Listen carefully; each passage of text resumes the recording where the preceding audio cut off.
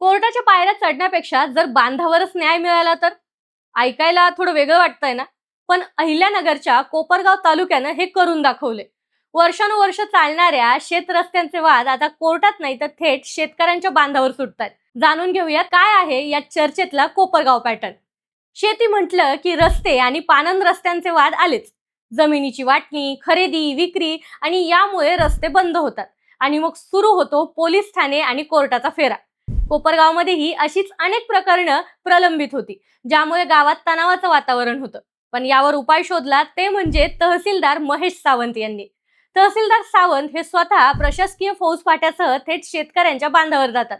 दोन्ही बाजूचं ऐकून घेतात आणि सामंजस्यानं वाद मिटवतात. नुकताच हिंगणी येथील पारधी वस्तीचा 14 वर्षांपासूनचा प्रलंबित असलेला वाद रात्री 8:45 वाजेपर्यंत थांबवून तहसीलदारांनी मिटवला. आतापर्यंत तब्बल 75 क्लिष्ट प्रकरणं त्यांनी निकाली लावली असून 60 किलोमीटरहून अधिक लांबीचे रस्ते त्यांनी मोकळे केलेत. संवत्सर असो वा ब्राह्मणगाव, प्रशासनाच्या या गतिमानतेमुळे हजारो शेतकऱ्यांना दिलासा मिळालाय. वेळ, पैसा आणि श्रम वाचवणारा हा कोपरगाव पॅटर्न आता संपूर्ण राज्यात कौतुकाचा विषय ठरतोय. जर नियत साफ असेल आणि त्यासोबत जर प्रशासनाची साथ असेल तर वर्षानुवर्षांचे वाद एका दिवसात मिटू शकतात, हेच यातून सिद्ध होतंय. तुम्हाला काय वाटतं? हा पॅटर्न संपूर्ण महाराष्ट्रात लागू व्हायला हवा का? कमेंटमध्ये नक्की सांगा आणि अशाच पॉझिटिव्ह बातम्यांसाठी आम्हाला फॉलो करायला विसरू नका. Pune's Pride Sunny's World, Life in Funshine.